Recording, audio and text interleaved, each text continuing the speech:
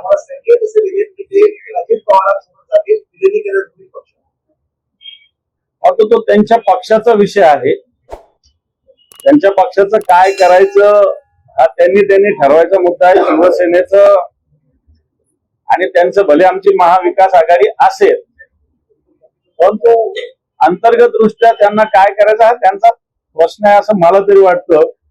आतापर्यंत विरोधात कसं होते, मात्र सत्ता जी आहे त्यांच्या पक्षाच्या म्हणून सत्तेकडे जाते असं काही. मला असं वाटतं याच्यावर मी प्रतिक्रिया देणं योग्य होणार नाही.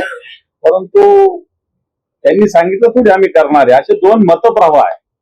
आता या मतप्रवाहातून निर्णय काय घ्यायचा तो पक्षप्रमुख म्हणून त्यांचा अधिकार असतो. ते जसं ठरवतील तसं होईल. इंडिया आघाडी महाराष्ट्रात शरद पवारांनी आणि उद्धव ठाकरेंनी लीड केली. समजा इंडिया आघाडीचा असं काही नाही. शिवसेना आहेच. शिवसेना इंडिया आघाडीची सदस्य आहे. शिवसेना सातत्यानं भारतीय जनता पार्टी असेल, या देशातला या राज्यातला जो सत्ताधारी पक्ष असेल याच्यावर सातत्यानं चुकावर प्रहार करतोच आहे. जनतेचे प्रश्न उचलतोच आहे. शिवसेनेच्या भूमिकेत कसुभरी कोणत्याही प्रकारची कमतरता होणार नाही. मला वाटत नाही असं काही यायची आवश्यकताही वाटत नाही. जे झालं ते झालं. शिवसेना ताकदीनं लढेल.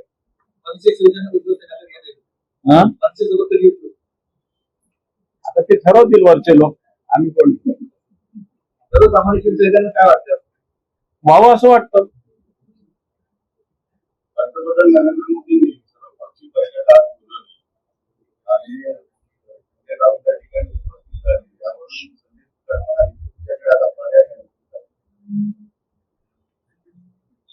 ज्याच्या खात्याचा निधी ज्याला सांभाळता येत नाही त्याच्यावर काय प्रतिक्रिया आपण द्यायची. ज्याला स्वतःचं खातं सांभाळता येत नाही, स्वतःच्या खात्याचा निधी वळवतात, त्याच्यावर काय प्रतिक्रिया द्यायची.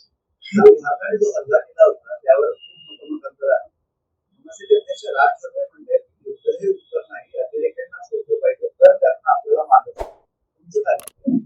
मला असं वाटतं जे राजसाहेबांनी भूमिका मांडली तशाच पद्धतीनं सरकारने भूमिका घेतलेली आहे की युद्ध केलेलं नाही, अतिरेकी तळ उद्ध्वस्त केलेली आहेत.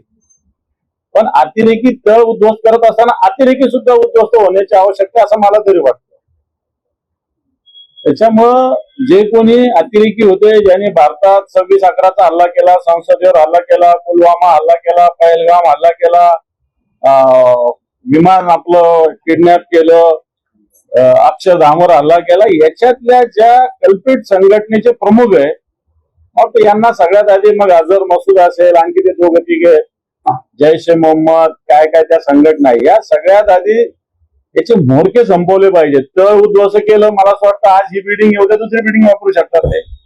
म्हणून सगळ्यात आधी यांना संपवण्याची भूमिका घेतली पाहिजे. आपल्याला युद्ध पाकिस्तानशी युद्ध करायचं नाहीये, पण पाकिस्तानी मधले जे